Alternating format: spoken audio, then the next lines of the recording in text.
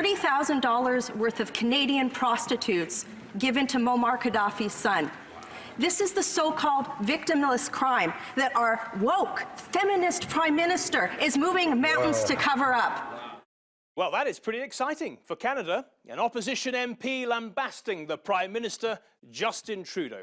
They say the youthful leader, with a reputation for being Mr. Nice, has been rather nasty of late, forcing out Canada's first Indigenous woman Attorney General, protecting a big construction company accused of bribing Gaddafi's regime, and putting his own political interest above the rule of law. In short, the opposition want him to resign. And so, after 3.5 years in the job, Captain Canada's image is suddenly looking tarnished. Canadian Prime Minister Justin Trudeau is dealing with a growing scandal tonight. This is a major news. It involves what he allegedly told a top official to do about a major company involved in a corruption investigation. SNC Lavalin is charged with corruption and bribery in one of several cases of alleged illegal behavior. The Montreal firm is Canada's largest engineering and construction company. The Quebec-based company allegedly paid millions of dollars in bribes to Libyan officials under the Gaddafi regime. $30,000 worth of Canadian prostitutes given to Muammar Gaddafi's son. This is the so-called victimless crime that our woke feminist prime minister is moving mountains to cover up. And at the center of all of this is Jody Wilson-Raybould. Trudeau's own former Attorney General and Justice Minister claims his office launched a consistent and sustained campaign over many months to get her to drop charges against a Canadian company. I asked, quote, "Are you politically interfering with my role, my decision as the Attorney General?" She refused to bend to immense pressure, she said, from senior government officials to help the Quebec construction giant SNC Lavalin avoid a criminal trial. And then when she finally stood her ground, refused, and got to the 11th hour, they demoted, fired her, and here we are today. When an independent, final decision maker in the law is told what to do, allegedly by political people, that is wrong. That cannot happen in our democracy. We've got to stand up against it. Jerry Botts has resigned. The Prime Minister's principal advisor, probably is one of his closest friends as well. Jane Philpott, the president of the Treasury Board and Minister of Digital Affairs, resigned from cabinet today.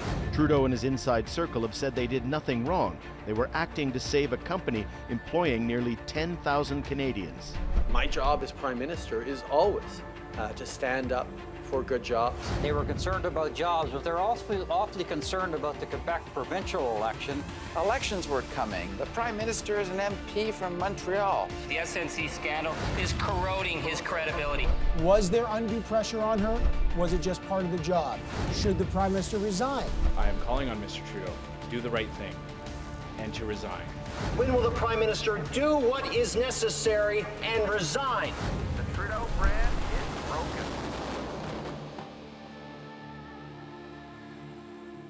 Well, is it broken? That's for you to decide, and the people of Canada, of course. But we are joined now by Peter Mackay, Canada's Attorney General under the previous Conservative government. Peter, thank you very much for joining us here at the Nexus. Let me start with this. Did Jody Wilson-Raybould do anything wrong?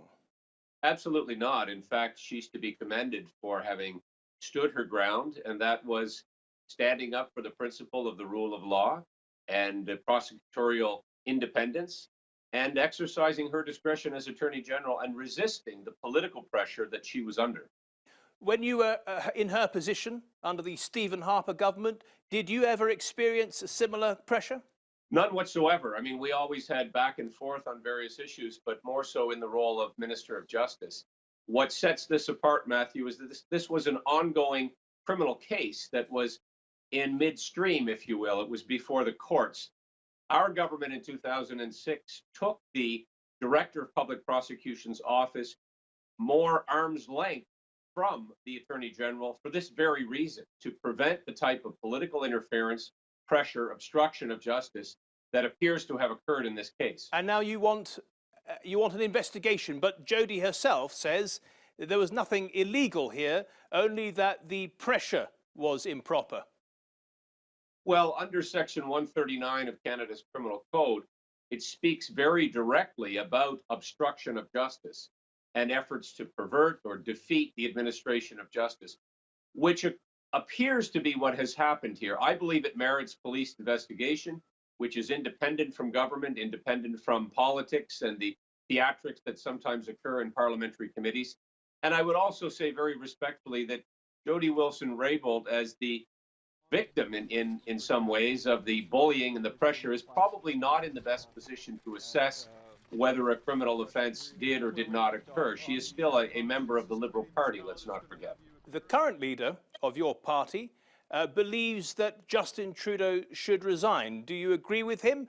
Well, I think as more time goes by, it appears that the Prime Minister himself was very directly and deeply involved in this effort to avert a ongoing prosecution for SNC Lavalin. There is also background evidence that suggests that they have contributed heavily to the Liberal Party through political donations. And so this increasingly lays directly at his feet, although he has tried in some ways to have officials take the blame for it. I don't think he can do that for much longer, and I think the calls for his resignation will continue. In her impressive testimony to the Canadian Parliament, she basically said that she was doing her very best to protect the rule of law in Canada. Let's have a listen. We either have a system that is based on the rule of law, the independence of prosecutorial functions, and respect for those charged to use their discretion and powers in a particular way, or we do not. Peter, do you think that Justin Trudeau and his government's actions have put at risk Canada's reputation for the rule of law? Well, I think it has certainly tarnished Canada's reputation and the ongoing coverage of this case, and this will continue. Let's make no mistake about that. There is going to be ongoing testimony before this parliamentary committee. There is also an ethics investigation by the ethics commissioner in Parliament. There is speculation of a potential criminal investigation and calls for a public inquiry. So all of this puts very much Canada's justice system front and center. And because these allegations are about political interference, about attempts to divert the course of justice, it has a spillover effect, even on ongoing cases, including the extradition case of a Chinese national. Yeah, let me touch on that for our viewers' benefit. As a result of this scandal, the Chinese are now arguing that if Canada's government can intervene on behalf of SNC Lavalin, then it can also intervene to prevent a Chinese Huawei executive from being extradited from Canada to the United States. I mean, Peter, this has already opened up cracks here to other countries. This is quite serious. It's very serious, and it's very troubling, I must say, as a former Attorney General, as a former prosecutor myself, to see our justice system being undermined, being questioned by a communist regime, being held up as an example of how the Chinese system is just like ours, which of course is ludicrous. Peter, let's just take a look now at the charges that have been levelled at SNC Lavalin, and they are incredibly serious. It's accused of bribing Libyan officials, including Muammar Gaddafi, to the tune of $36 million between 2001 and 2011. It's also accused of defrauding Libyan public agencies of $100 million. And if found guilty, it would be barred from bidding on federal projects for a decade. It's also a huge employer headquartered in Quebec's biggest city, Montreal, where Justin Trudeau just happens to be an MP. The clerk stated, or started to make the case for the need for a DPA. He said, quote, "There is a board meeting on Thursday, September the 20th, with stockholders," end quote. Quote again, "They will likely be moving to London if this happens, and there is an election in Quebec soon," end quote. Let's go back to Canada's former Attorney General. When you listen to this testimony, Peter, do you think it's absolutely clear that there was political motivation here for the interference? There's no question in my mind, and this wasn't about jobs, as was purported by Mr. Trudeau and members of his staff and even the clerk of the Privy Council. This was about votes, and it was a political effort to prop up a company, to intervene on their behalf, to preserve jobs perhaps, but to do so for political reasons. And let's be clear, what we just heard from Jody Wilson-Raybould is simply not factual from the perspective of the the Government of Canada. There is no suggestion that SNC Lavalin could have moved to London because they were under contractual obligation to stay in Quebec. Right. And there's no actual backing up of the number of 9,000 jobs. That number seems to have been pulled out of thin blue air. To be clear, that was the information being given to her by the clerk. Now, can you tell us a little bit about the clerk, Michael Warnick? What's his position there? It doesn't sound very powerful, but in fact it is. It's very powerful. He is, in fact, the civil servant who is directly in charge of the entire civil service and answers to the Prime Minister. He is his, in effect, deputy minister. And it is supposed to, of course, be a completely impartial position. And by virtue of his testimony and his disclosures and the quotes that were referred to by Jody Wilson-Raybould, he has revealed himself to be quite partisan in his assessment and was part of this ongoing effort to bully or to lobby Jody Wilson-Raybould to change her mind about granting SNC Lavalin access to a deferred prosecution agreement. So he's deeply implicated in this matter as well. And what about the replacement for Jody? He is now looking at this case. Do you think that he will proceed to a criminal prosecution, or would he accept a plea deal from SNC Lavalin?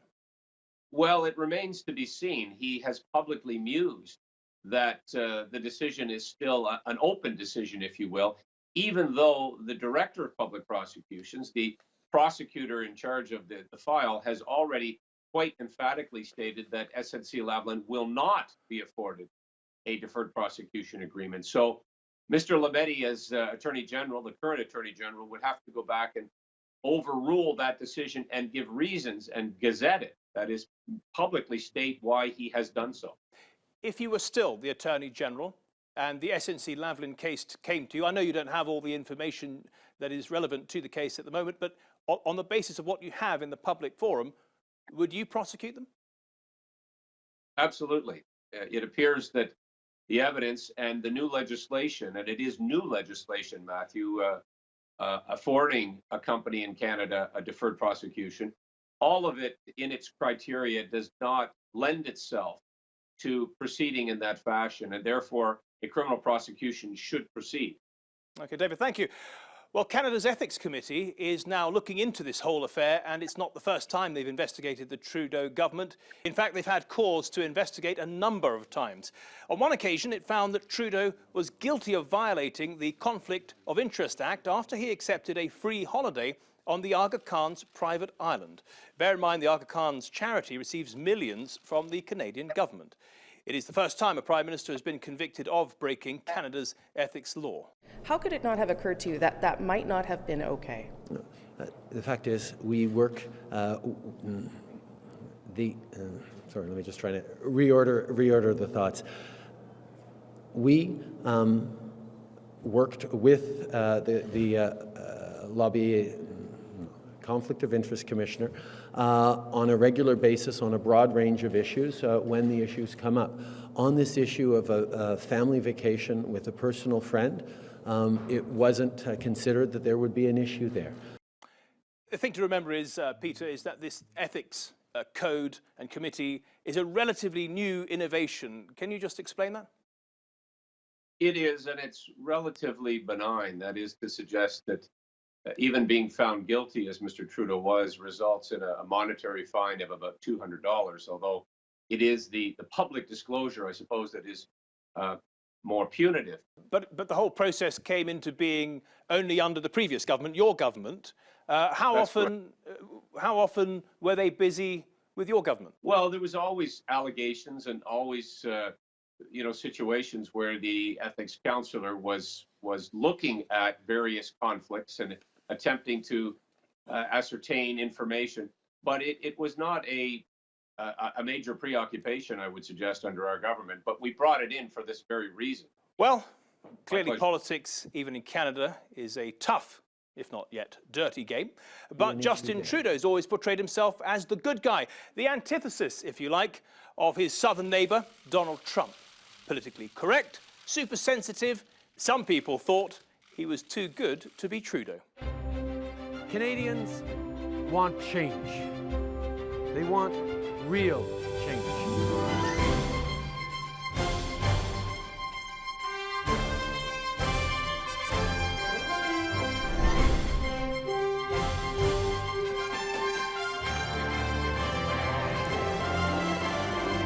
A positive, optimistic vision of public life isn't a naive dream. It can be a powerful force for change. Justin Trudeau says his government will put Indigenous rights at the forefront of its decisions. A better Canada for Indigenous peoples and for all Canadians. We live in a real diverse country with 1,000 colors. You made a national contribution to humanity. I understand one of the priorities for you was to have a cabinet that was gender balanced. Why was that so important to you? Because it's 2015. I am a feminist and proud to call myself one. But when it comes to our environment, we Canadians get it. We want to swim in clean water, and we want to hike through our beautiful parks and spend time in the great outdoors. This plane is bringing 162 Syrian refugees to Canada. And the very first person we shook hands was the Prime Minister. For the oppression of the lesbian, gay, bisexual, transgender, queer, and two-spirit communities, we apologize. We can and must do better. History was made in downtown Vancouver today. The city's 38th annual Pride Parade had a very special guest, Justin Trudeau.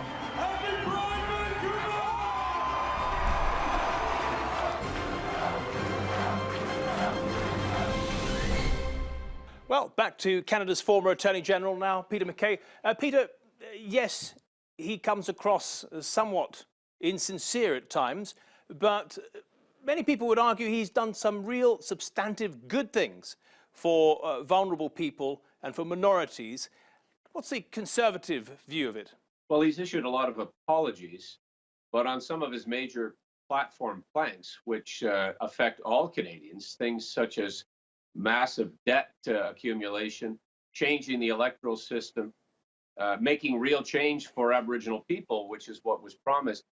Those things have not materialized, and he has broken many of those promises and not certainly lived up to the ethical standard and the soaring rhetoric that was put forward during the campaign that continued on through his time in government. His reputation amongst Indigenous people seems to be dented somewhat. Here's Jody's father. Here's what he had to say. When Jody was kicked in the teeth by the Prime Minister and shuffled down to Veterans Affairs, as important as it is, you know, that was a clear slap in the face for all Indians across the country. Peter, what Jody was saying towards the end of her testimony is that by not upholding the rule of law, her people, if you like, have been hurt over the years, suffered certain injustices, and that's why she felt absolutely compelled to hold on to the letter of the law. I think that's absolutely right. She came across as very principled. Her testimony had the ring of truth, and she spoke of her own lived experience in dealing with various governments of Canada as an Aboriginal person. And so by her demotion and her treatment and the bullying that went on, it is viewed in the broader Aboriginal community as very negative. I would also say it's a blow to the Trudeau brand and the Liberal brand to have not delivered on some of these promises to reconcile with First Nations people. But be fair, Peter, I mean, it did take a Trudeau Liberal government to give Canada its first Indigenous woman Attorney General. It didn't happen under your government. No, that's correct. We didn't have an Aboriginal female member of Parliament who happened to be a lawyer that would have qualified or merited being in that position. And so, yes, he's to be credited for having elevated her to that post, but much of that credit disappears like the snow in spring in Canada when she is mistreated in this way and unceremoniously shuffled out of that position, which she clearly coveted. Peter, thank you again. Well, he's called himself a feminist on numerous occasions and insists everyone else should be one too, but is he practicing what he preaches? Why didn't she say no more forcefully? Why didn't she report it sooner? she experienced it differently. You know, gaslighting a strong woman, especially one with a mountain of evidence at the behest of a fake feminist who through his actions uses women instead of supporting them, sets women back. Why aren't all women in that caucus and their so-called feminist allies calling for the Prime Minister's resignation? Well, that was another Conservative MP there from the same party as Peter. Bear in mind, we did ask the Liberals to offer somebody up for the Nexus, but they didn't have the time. Peter, let me ask you, that MP we've just been hearing from, she's quite a firebrand in Parliament. And she was, could you just tell us a little bit about her? And also, what was the accusation she was making? So Michelle Rempel is an Alberta Member of Parliament. I served with Michelle for years. Very capable, highly intelligent, the former minister in the Stephen Harper government. And what she's referencing, Matthew, is an allegation that some years ago the Prime Minister had been attending a beer festival prior to his political involvement and was alleged to have groped a young female reporter, inappropriately touched her. And it was reported at the time in a local paper and then became, it was uncovered, I guess, or came to light just last year. The Prime Minister's response was telling. He essentially said, well, yes, I was there and I have vague recollections after having been prompted numerous times, but she experienced it differently than I did. That was his explanation, and therefore did not take responsibility for it and disputed that this alleged incident had happened, which has been now called the Kokanee Grope. But David, you know, a number of your female colleagues on the Conservative side have called him a fake feminist, but it did take Justin Trudeau to make half the cabinet female. Don't you think he deserves credit for that? Well, credit if it's seen as entirely meritorious, and I think that's where some of my female colleagues, people like Lisa Ray, Candice Bergen, and others, have been pressing the Prime Minister to do more than simply give lip service to the treatment of women. And it appeared to be very much all about the optics as opposed to having the best cabinet. And when one looks at the numbers in Parliament, and this is a sensitive issue, you really want the best ministers, regardless of their gender, their sexual orientation, their ethnic origins. What you really want is the cabinet that is going to be able to do the best job for Canadians. And I think it is best for women when they are seen to be in those positions because they earn them, is what I've heard from my colleagues. Well, it's interesting. Justin Trudeau finding himself up against Jody Wilson-Raybould. Here's Justin's father, who was Prime Minister himself in the 1970s and 80s, crossing swords with Jody's father back in 1983. I have two children in Vancouver Island, both of whom, for some misguided reason, say they want to be a lawyer. Both of whom want to be the Prime Minister. Both of whom, Mr. Prime Minister, are women.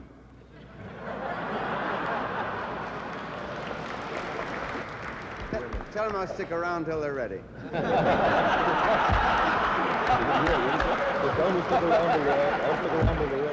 Mr. Chairman, I'm informed by the government of British Columbia that one of them could be out here on a plane this evening.